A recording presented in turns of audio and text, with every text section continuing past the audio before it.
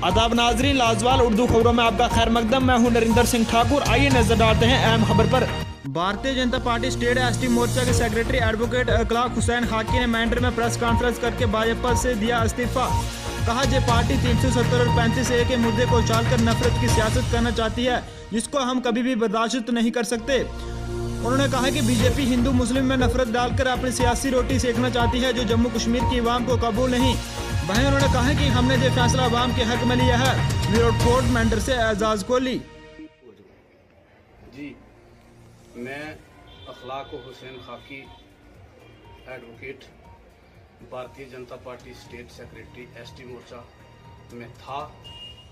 आज मेरे साथी सदीक नाज साहब हैं, सोलन साहब हैं और हमारे भारतीय जनता पार्टी के 10 और 15 साल से जुड़े हुए लोग, मेंढर से ताल्लुक़ रखने वाले, आज हमने ये फैसला किया है कि हम भारतीय जनता पार्टी से रिजाइन करते हैं। भारतीय जनता पार्टी छोड़ रहे हैं कि ये वो पार्टी है कि जिसके अंदर सिर्फ फिरका परस्त और कौमी दल में हमारी आने वाली नस्लों पे असर पड़ रहा है। मैं खुदा रहा ये एक मैसेज देना चाहता हूँ तमाम पॉलिटिकल पार्टीज को कि आप लोग अगर नारा लगा रहे हो तो सब मुत्तफिक और इत्तेहाद में डेवलपमेंट के मुद्दों पे नारा लगाया जाए, योजनाओं के मुद्दों पे। इस युवा को अपलिफ्टमेंट का आप सोचिए, इनको आगे लाइए। खुदा रहा ये मैटेरियलिस्टिक, ये जो आपने सोचा है कि हम मुलादा परस्ती पे सियासत करेंगे, खुदा रहा ये सियासत छोड़ दो।